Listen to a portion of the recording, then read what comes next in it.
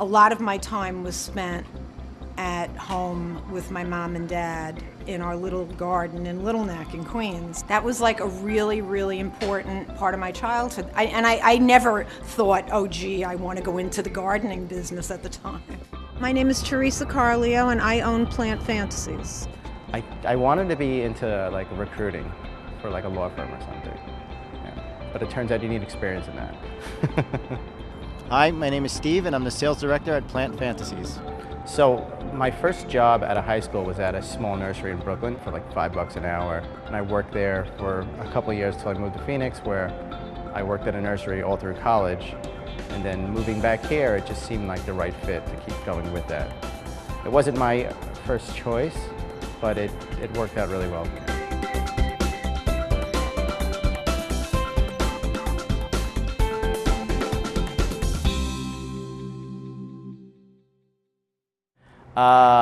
So Plant Fantasies, we're landscape contractors that are based out of Manhattan, and we do interior and exterior landscaping and maintenance, design, green roof, contract flowers, and holiday decorations. Me personally, I probably have like 60 or 80 customers, and I think the company probably has twice that. Steve is like my right-hand person in selling, in handling the customers, and in execution, because we could do 15 jobs in a day, and each job requires trucks, tools, plants, equipment, laborers. I mean, each job requires so many different things. It needs to be all coordinated, and he knows me, and he knows what's important to me, so we're good together. We're good together.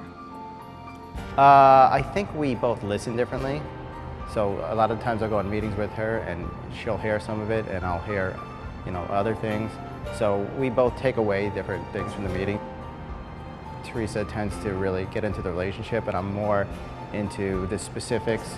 You have only so much time face to face with the client, so you really need to get as much information as you can, just be really blunt. We do need to communicate on what we're sending out this week, because I'm a little nervous that the flower department doesn't exactly know what the new design is. I don't think they do. Yeah. Yeah. So I'm not sure how that happens. How does that happen? I thought I went over it. It's like you said before, they tell you they understand when they actually don't understand. Okay. I'm a big communicator. I think I'm really clear. I do get the feeling that no one listens to me sometimes, but I think I'm pretty clear. I maybe communicate too much, if anything. That would be a fault of mine. Two of the designers are taking an OSHA class. I already emailed them like 10 times today because we're bidding on Mount Sinai, which is a really great project that we want to do the landscaping for.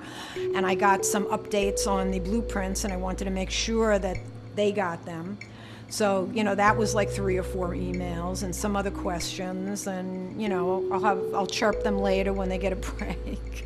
I think that for me, I'm somewhat of a control freak, that I always need to know what's going on, that I constantly check in.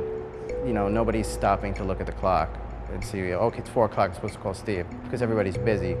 So I kind of beat them to that. I don't think you can ever be too annoying. Out of anxiety, there have been times in my career, maybe even last year, where I wasn't handling that anxiety as well. I used to email like all night sometimes, but then I started to feel like it was invasive and not fair to my employees. So now I write the emails and I save them, and then in the morning I shoot them all out.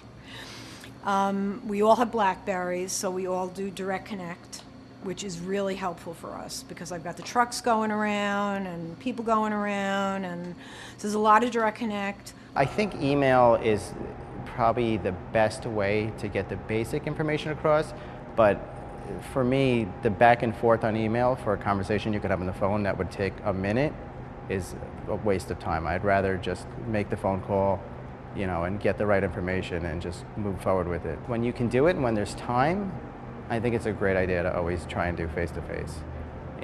It's good for the customer too. They really, you want them to see you, you want them to remember you, you want them to see that you went through the time to come there. You didn't just shoot them an email, in a cab going somewhere else. And they want to feel important. When I first started, I used to send out brochures and then chase them down. And you know, you get a few hits from that, but most people I don't think actually look at them. And I think, unfortunately, it's the same thing with email.